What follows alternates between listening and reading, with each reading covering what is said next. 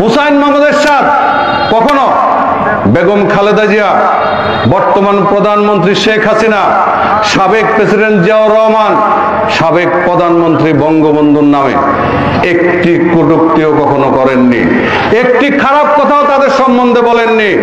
হুসাইন মোহাম্মদ এরশাদ আমাদেরকে বলতেন যে তোমাদেরকে মানুষ কেন সম্মান করবে, দুইটি কারণে সম্মান করবে, একটি হচ্ছে ক্ষমতা, আর একটি হচ্ছে তোমাদের ব্যবহার।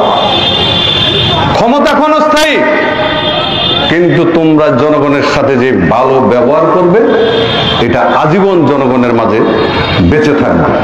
সুতরাং people will respect only for two reasons, you have power, either your behavior is helpful. First one is temporary, but second one is permanent. Hussain Muhammad Ershad তার সৈনিকদের এই শিক্ষা দিয়ে মৃত্যুবরণ করেছেন। আমরাও কোনো হিংসাত্মক ধ্বংসাত্মক রাজনীতিতে বিশ্বাসী না।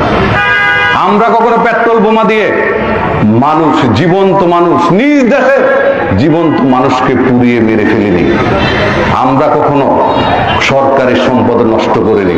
হুসাইন মোহাম্মদ এরশাদ জেলখানায় বসে বলেছিলেন, আমার মুক্তির জন্য যদি একটি গাড়ি ভাঙতে হয় আমার সেই মুক্তির দরকার নেই।